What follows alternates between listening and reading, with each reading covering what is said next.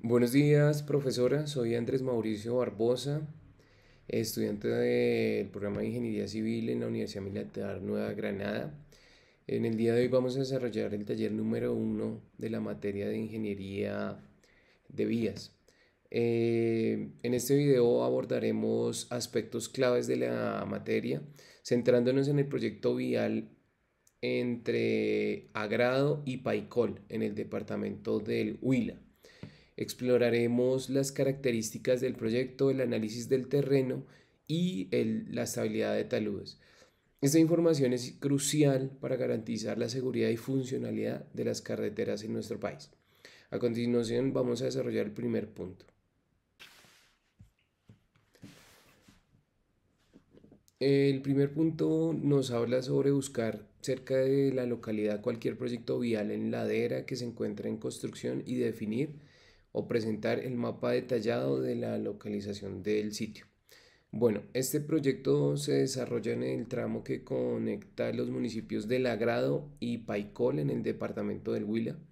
Estos municipios se encuentran localizados en la zona centro-occidente del departamento, entre el río Páez y el río Magdalena, en un cerro de San Jacinto con una extensión territorial aproximada de 222 kilómetros y 298 kilómetros cuadrados respectivamente. El proyecto de estudios y diseños de vías se encuentran en la fase 3 y corresponden a 38,5 kilómetros. Estas son las características de la obra. Tenemos una longitud de proyecto de 38,48 kilómetros, un ancho de calzada de 6 metros, un ancho de berma cuneta de berma de 0,5 metros más la cuneta, velocidad de diseño es de 30 kilómetros, un radio mínimo de curvatura es de 21 metros.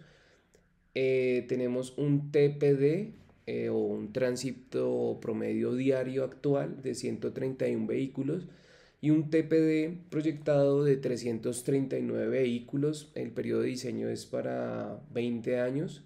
El tipo de terreno es un terreno montañoso. Tenemos 4 puentes, 14 box culvert, 231 alcantarillas sobre ese tramo, cunetas tipo 1, pata de talud es 43.501, cunetas tipo 2, terrazas 9.486, zanjas de coronación 14.382, muros de conexión 14, y tenemos de tipo de pavimento y espesores.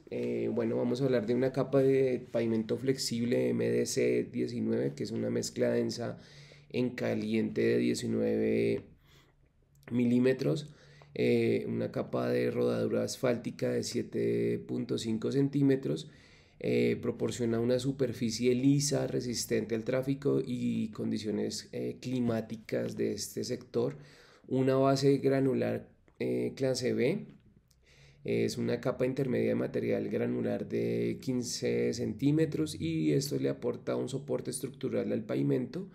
Y una subbase granular clase B, que es una capa inferior de 15 centímetros de espesor, lo cual nos ayuda a distribuir las cargas del suelo evitando las deformaciones. ¿Por qué es importante? Esta estructura asegura la durabilidad, la resistencia y la estabilidad de la vía, y ya que es crucial para el tránsito seguro en laderas. Continuamos con el siguiente punto. Nos habla sobre dibujar la sección transversal del proyecto y definir cada una de las partes con las que cuenta. Esta sección del proyecto indicando todos los elementos dentro del documento y definir cada uno de ellos con las características propias del terreno o del proyecto. Eso lo veremos más adelante. Aquí vamos a ver una sección típica eh, de este proyecto, que es esencial en la ingeniería de vías. Esta imagen representa una sección transversal de una vía construida en ladera, mostrando cada uno de sus elementos. ¿Qué elementos principales tenemos? Tenemos el talud de corte. Esa es la pendiente creada al cortar el terreno natural para dar espacio a la vía, y aquí tiene una inclinación de 1 a 1 y un ancho de 0,5 metros. La calzada Es una zona pavimentada para la circulación vehicular con dos carriles de 3 metros cada uno y se observa una pendiente transversal del 2% para facilitar el drenaje. También podemos observar las bermas, que son las áreas de seguridad ubicadas al borde de la calzada de 0,5 de ancho cada una, un talud de terraplén pendiente formada al rellenar y compactar el material para dar soporte a la vía con una inclinación de 1 a 1. Un área de cuneta, la estructura de drenaje para evacuar las aguas pluviales, revestida con material para evitar erosión. ¿Cuál es la funcionalidad? Esta sección asegura la estabilidad de la vía, permitiendo un adecuado drenaje y soporte estructural, vital en zonas de laderas. Entonces, como podemos observar, esta es la sección transversales y es fundamental para comprender cómo se estructura y estabiliza una vía en laderas, caracterizando así la seguridad y la durabilidad.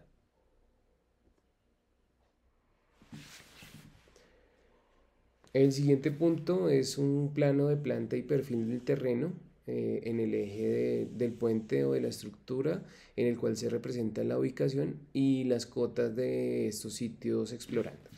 Bueno, entonces en esta imagen o en este plano muestra la localización general del proyecto vial en ladera y está a una escala de 1 a 1000. Los elementos claves que podemos observar es las curvas pronunciadas, adaptadas al relieve de la ladera. Podemos observar un puente, el cual se encuentra en ese momento resaltado en verde como estructura fundamental. Tenemos las líneas de contorno que representan las curvas de nivel indicando las pendientes pronunciadas de la zona. Tenemos el eje vial, que es lo que se encuentra en la línea azul que define el recorrido de la vía.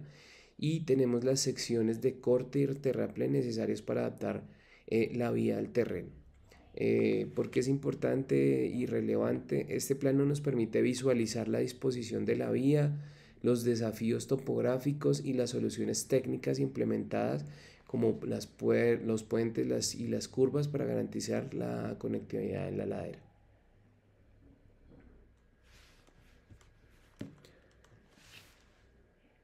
A continuación, en este plano muestra la implantación del puente de Sabaneta con una longitud de 15,5 metros a una escala de 1:100.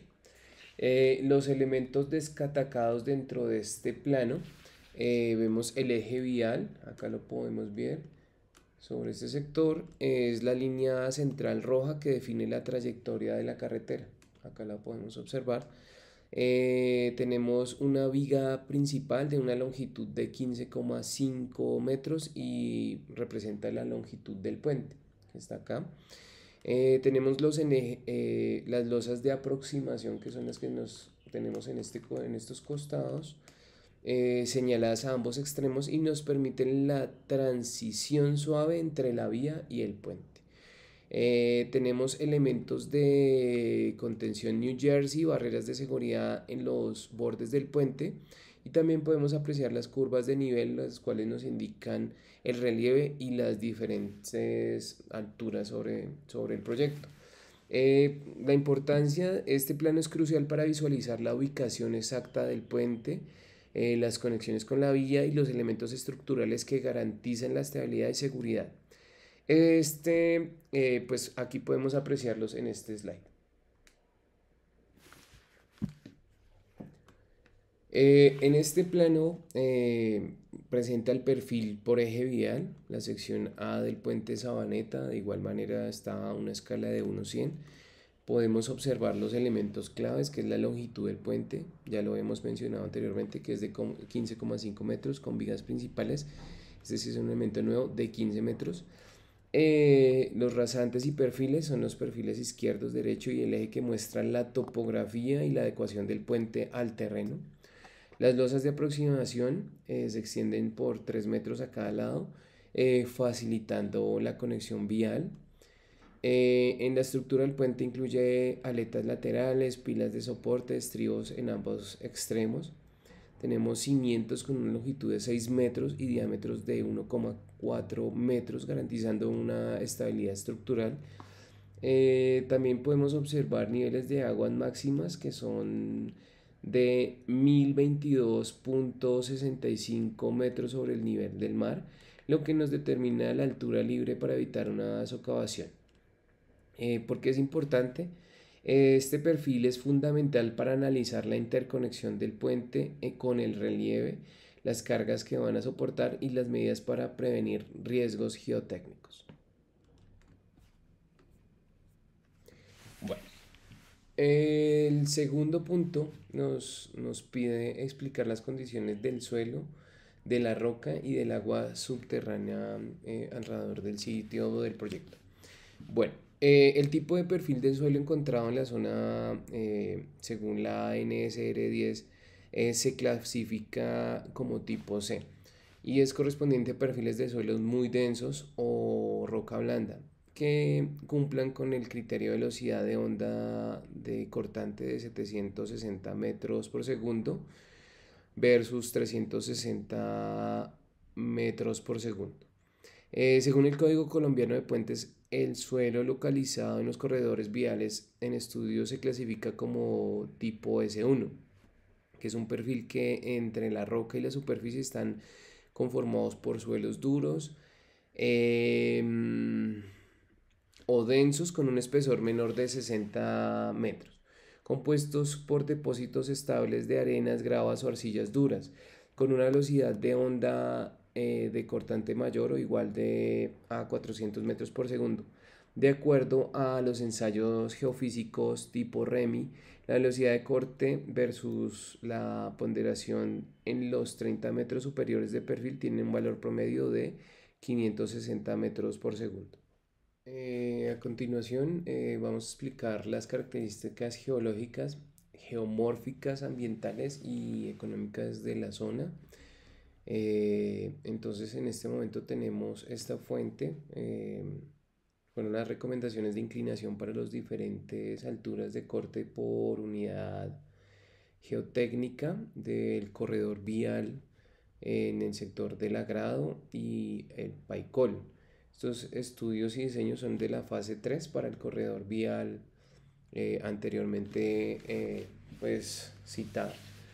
Tenemos pues en esta tabla, es la tabla de litología y pendientes, está compuesta por 7 sectores. Entonces aquí podemos observar que en el sector 1 podemos encontrar los suelos transportados aluviales, que van desde el kilómetro 0 al kilómetro 5 o más 380 con alturas menores de 5 metros e inclinaciones de 0,5 a 1, lo que indica una baja pendiente. En el sector 2, rocas intermedias y lavas de formación saldaña, del kilómetro 5 más 380 al kilómetro 7 más 580 con alturas de 0 a mayores de 10 metros e inclinaciones de hasta 1 a 1, que exigen medidas de estabilización. En el sector 3 encontramos rocas ígneas del monzogranito del astillero. Esto va desde el kilómetro 7 más 580 al kilómetro 13 más 800, con alturas variadas y altas inclinaciones, aumentando el riesgo de deslizamientos. Es una zona que pues debemos priorizar. En el sector 4, suelos residuales rojizos, caracterizados por pendientes moderadas y una consistencia media. En el sector 5 encontramos formación de caballos desde el kilómetro 20 más 800 al kilómetro 20 más 920 con areniscas, cuarzosas y pendientes suaves.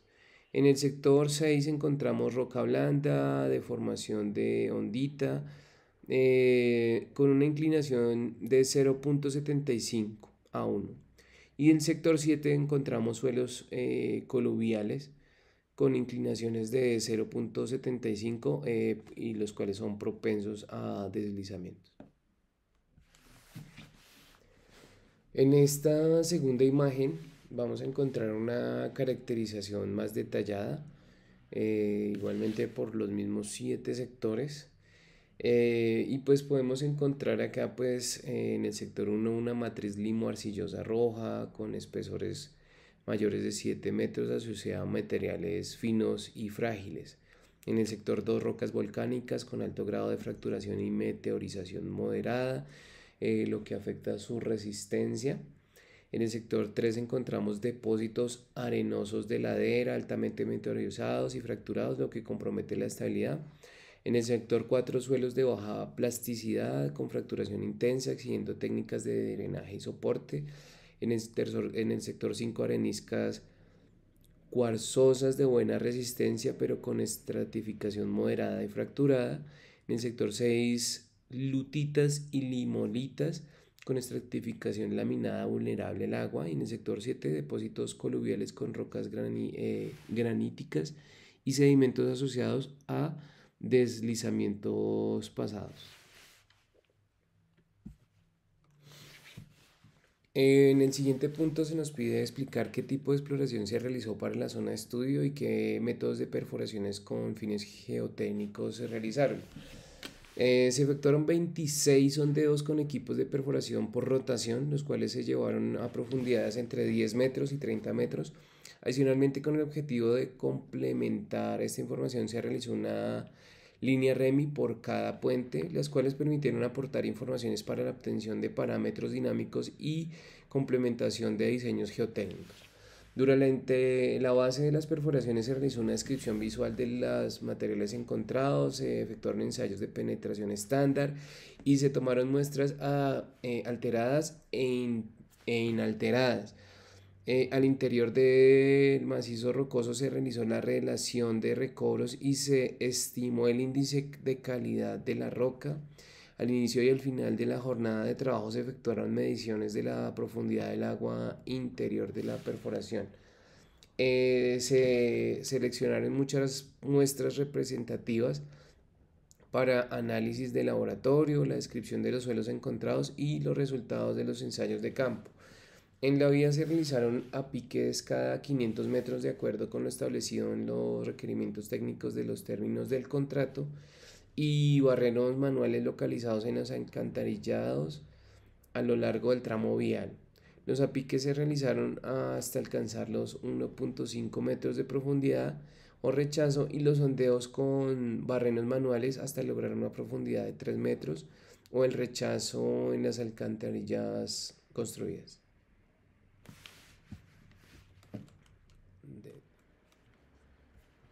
Eh, Referente a la exploración geotécnica, con el objetivo de determinar la estratigrafía y características generales de la subrasante, se llevó a cabo un programa de investigación del subsuelo que comprendió la ejecución de exploraciones directas con equipo manual y equipo mecánico.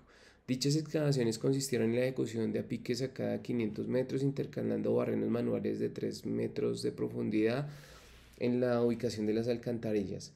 En cada uno de los apiques realizados se llevó a cabo la identificación del suelo y sus características y levantamiento del perfil estratigráfico. Se realizaron pruebas in situ para determinar la resistencia de los materiales y se extrajeron muestras para la ejecución de ensayos de laboratorio. Luego de organizar los registros unitarios de exploración de campo, se llevó a cabo la caracterización de la composición predominante de la subrasante por tramos en funciones de su espesor y de las características de los materiales. Durante la ejecución de las perforaciones se realizaron ensayos in situ de penetración estándar para establecer las variaciones de resistencia del suelo y recuperar muestras alteradas de los diferentes materiales encontrados para definir cambios estratigráficos. Para este análisis de las propiedades y características de los materiales granulares y de la subrasante existente en el tramo, se excavaron un total de 76 apiques espaciados a intervalos de 500 metros de longitud y una profundidad promedio de 1,5 metros. Adicionalmente se realizaron 73 barrenos manuales a una profundidad de 3 metros para las alcantarillas, los cuales se da utilidad también en el proceso de compresión de los materiales geológicos que conforman la subrasante.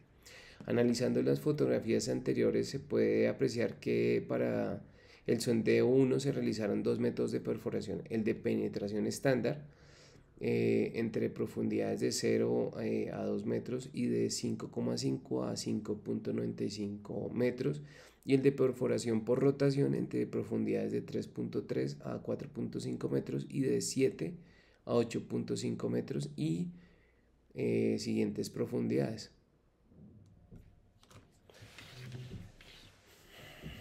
A continuación, vamos a presentar un ensayo geofísico. Este gráfico nos representa los valores de densidad gramo por centímetro cúbico y la velocidad de onda de corte en un perfil de suelo de 30 metros de profundidad.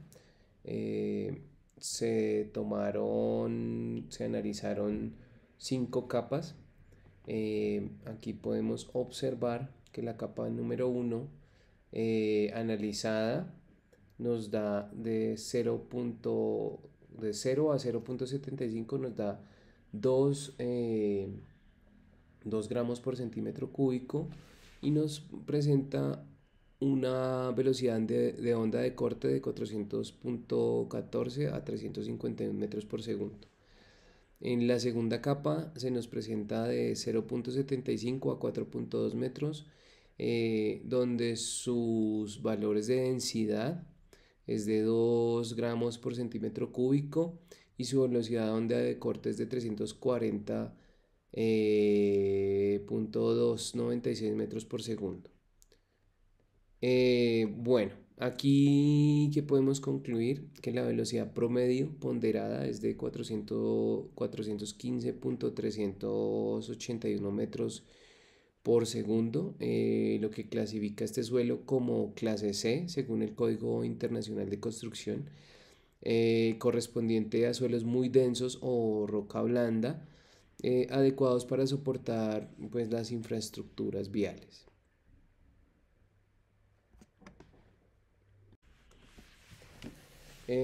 Para el siguiente punto, nos piden los trabajos de laboratorio, describen los ensayos empleados, los tipos de muestras analizadas y la cantidad de ensayos de cada tipo, así como la discusión de los resultados. Bueno, para los puentes en estudio se realizó una pique en cada uno de ellos debajo del mismo y cercanos al estribo para realizar los ensayos respectivos como gradación, límite de líquido y límite de plástico para poder realizar el análisis de socavación, cuya recomendación final del ingeniero de suelos es que las estructuras que se construyan bajo agua deben cimentarse por lo menos a 1 metro de profundidad. Los resultados de ensayos de laboratorio de exploración geotécnica con el fin de determinar las características físicas y establecer el comportamiento geomecánico de los suelos y materiales encontrados. Se practicaron muestreos y ensayos de resistencia in situ y se realizaron entre otras las pruebas de clasificación y humedad natural, límites de consistencia y gradación sobre materiales remodelados. De los resultados del laboratorio se deduce que la mayoría de los materiales de subrasante están compuestos por arenas arcillosas y arcillas arenosas, con finos de plasticidad de baja hasta alta, con fragmentos de gravas finas angulares. Tales materiales exhiben un buen comportamiento mecánico como la subrasante por su naturaleza especialmente granular, con una contribución importante de la succión cuando están desecadas, dada la presencia moderada de finos limosos. No obstante, el mismo factor provoca ablandamiento al incrementar el contenido de humedad, lo que reduce sensiblemente la capacidad relativa de soporte en las zonas sometidas a infiltración. Este efecto se observa a lo largo del tramo de objeto de estudio, para 2 tramos ubicados entre las abscisas, el kilómetro 5 808 al kilómetro 6 más 808 y el kilómetro 9 más 808 al kilómetro 10 más 308, y se encontró roca sedimentaria fracturada, por lo que no fue posible tomar muestras. Estos tramos exhiben subrasantes de buena competencia mecánica.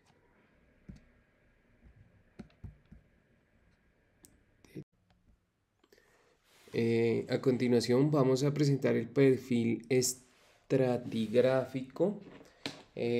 Podemos observar la caracterización geomecánica de los materiales existentes en la zona de estudio y se realizó teniendo en cuenta los depósitos de suelo encontrados en la exploración geotécnica y geofísica, y a partir de los resultados obtenidos en los ensayos de campo y laboratorio antes mencionados. Vemos un relleno granular de un espesor variable desde el nivel de la vía y con un espesor variable entre 0,10 metros y 0,40 metros. Se encontró un estrato de material granular compuesto por grava bien gradada en matriz arenoso arcilloso de color amarillo de humedad baja, la cual clasifica en el Sistema Unificado de Clasificación de Suelos como GC. Poseen valores de humedad natural variable entre 3,8% y 5,23%, un índice de plasticidad variable entre 12,5 y 14,61%, límite de líquido variable entre 29,5% y 29,91%, límite de plástico variable entre 15,29% y 17%, lo que constituye un material de afirmado que proporciona la rodadura de grava actual de la vía. Con base en los resultados obtenidos del laboratorio fue posible establecer dos tipos de perfiles geotécnicos definidos, agrupados para procesos de zonificación.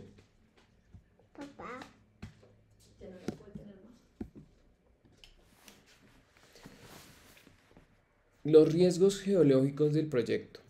El proyecto vial a grado Paicol presenta riesgos geológicos como son los sismos, las avenidas torrenciales, movimientos de ladera y filtración de agua, debido a la ubicación en una zona sísmica y con suelos residuales y rocas blandas. Estos fenómenos pueden afectar la infraestructura, interrumpir el tránsito y poner en riesgo las comunidades, haciendo esenciales las medidas de mitigación conforme a las normas de INVIAS y la NSR 10.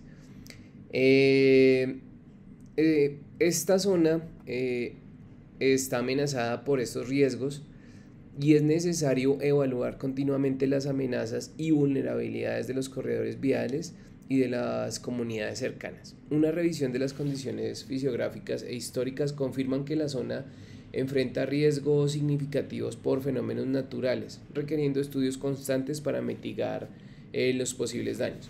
Para hacer ese estudio debemos tener en cuenta unos conceptos claves. Entonces, ¿cuál es? La peligrosidad. Es la probabilidad de ocurrencia de un proceso geológico dañino con un nivel específico de intensidad y una duración en un área.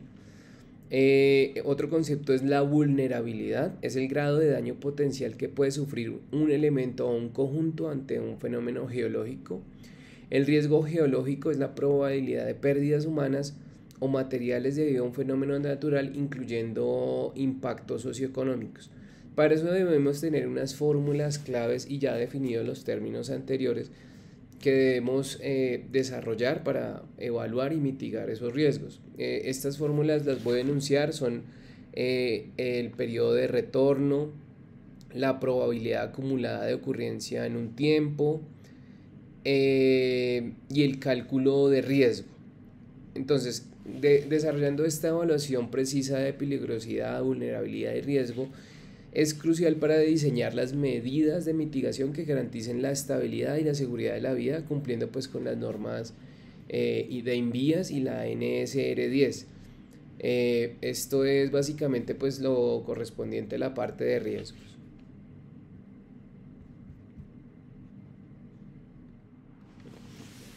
El siguiente punto nos habla sobre el artículo de estabilidad de taludes en corredores viales.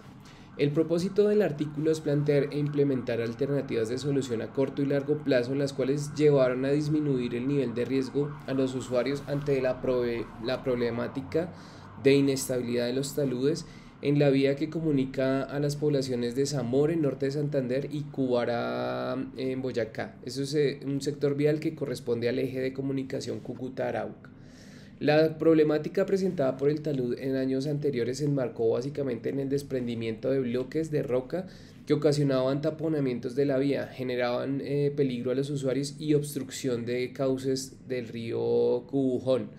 Esto propició un alto riesgo de accidentes y afectó al comercio de la región. Las conclusiones a las que llega el autor es que la disminución de los riesgos asociados a los problemas de inestabilidad de los taludes en las carreteras necesariamente deben contemplar medidas de remediación y estabilización, dado que la prevención no es suficiente cuando se trata del desprendimiento rápido de masas de roca. La implementación de medidas de estabilización en los taludes de corte en las vías permite evitar obstrucciones de estas, accidentes, afectaciones de vehículos por colisión contra el material desprendido y afectaciones a vehículos por el impacto de bloques al momento de caer, logrando que no se vea comprometida la transitabilidad y funcionalidad de la vía y que esto se mantenga bajo condiciones de seguridad para las personas que hacen uso de las mismas. Se debe tener muy en cuenta que cuando se trata de estabilización de taludes no existe un diseño único y que las soluciones efectivas en un caso no necesariamente lo pueden ser en otro. Siempre se debe hacer buen uso de la experiencia, reconocer claramente el mecanismo de falla y tener presente que toda solución a implementar se debe caracterizar por ser técnicamente funcional y económica. Es importante tener presente que la realización de obras posteriores a la construcción de un corredor vial y que involucren excavaciones a pie de talud pueden conllevar a potenciar los problemas de inestabilidad de taludes. La siguiente pregunta era ¿cómo se puede establecer los mecanismos de falla de un talud? Para establecer el mecanismo de falla de un talud fue necesario realizar un análisis retrospectivo que permitió definir la secuencia de eventos que llevaron a la inestabilidad del talud, que para este caso se inició con la acción de factores condicionantes sobre el talud como la alta pendiente, la presencia de fracturas por el grado de meteorización de macizo rocoso que lo constituye, la resistencia a desgaste diferencial entre los estratos de arcillolita y arenisca, los agentes ambientales como procesos de humedad y secado, la infiltración de agua a través de las fracturas cuya acción se aumentó por los factores desencadenantes como fueron las lluvias constantes y la excavación a la base del talud. Este llevó a una falla gradual que propició el lavado y erosión de las capas de arcillolita y posteriormente caída de los bloques de arenisca. Lo anterior demostró que era necesario recuperar el soporte de las capas de arenisca, manejar las aguas superficiales sobre el talud e impermeabilizar la base del mismo. Tanto a corto plazo como posteriormente el comportamiento del talud ha confirmado la bondad de las medidas adoptadas, aun cuando no se realizaron parte de las acciones correctivas a largo plazo, como la disminución de la pendiente del talud y el control de aguas superficiales. Para finalizar voy a presentar las conclusiones del siguiente taller. Primero, ubicación estratégica. La vía Grado-Paicola es crucial para la conectividad del Huila por su ubicación en ladera implica retos geotécnicos significativos. Dos, las condiciones del suelo. El tipo de suelo es un tipo C, compuesto por suelos densos y de roca blanca, el cual es adecuado para una infraestructura vial, pero que requiere monitoreo constante. Los riesgos geológicos sobre este sector son los sismos, las avenidas torrenciales y deslizamientos, son las amenazas presentes, haciendo necesario medidas de estabilización y de drenaje. Del diseño estructural, la sección transversal con calzada de 6 metros, base y subbase granular y muros de conexión garantiza la estabilidad, pero debe mantenerse en el tiempo. La exploración geotécnica, los sondeos a piques y ensayos REMI proporcionaron datos esenciales para un diseño seguro, aunque futuros estudios serán necesarios para hacerle seguimiento a este proyecto. El pavimento flexible es la combinación del MDC-19, base granular y subbase, lo cual asegurará la resistencia al tráfico, pero la saturación por lluvias puede afectar su desempeño. De acuerdo a lo visto en el taller, la normatividad, el cumplimiento de las normas de INVIAS y la NSR10 es fundamental para asegurar la calidad, la durabilidad y sobre todo la seguridad sobre este proyecto. Las medidas de mitigación es esencial implementar drenajes eficientes, muros de conexión y controles de aguas superficiales para reducir los riesgos. El impacto socioeconómico, este corredor vial mejorará la movilidad y el desarrollo regional. Requiere una gestión adecuada para minimizar impactos ambientales y sociales. Como conclusión final, el proyecto de Agrado Pacoy refleja un diseño técnico integral, considerando suelos, riesgos geológicos, pavimentación y normas, y su éxito dependerá de una ejecución rigurosa, y un mantenimiento continuo para garantizar la seguridad y su funcionalidad. Profesora, muchas gracias.